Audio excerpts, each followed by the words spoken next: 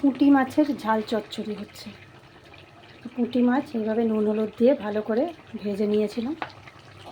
এর মধ্যে দিয়েছি আলু, পেঁয়াজ, টমেটো, লাউ, কাঁচা লঙ্কা। আলু সেদ্ধ হয়ে গেছে দেখতে পাচ্ছেন।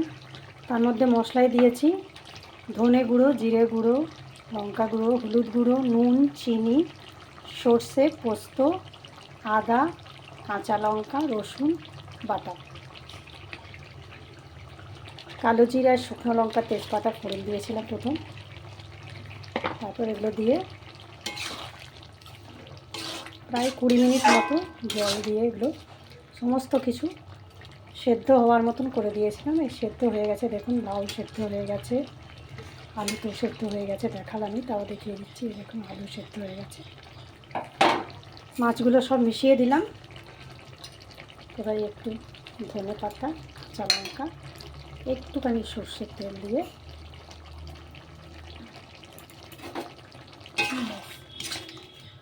সব ভালো করে মিশিয়ে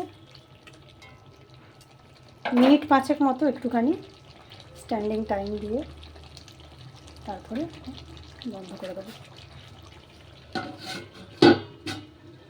ঢাকা দিয়ে দিলাম। এবারে মিনিট 5 মতো এটা থাকবে এরকম। তারপর এটা গরম গরম ভাতের সাথে পরিবেশন করুন। দেখুন। Thank you for watching.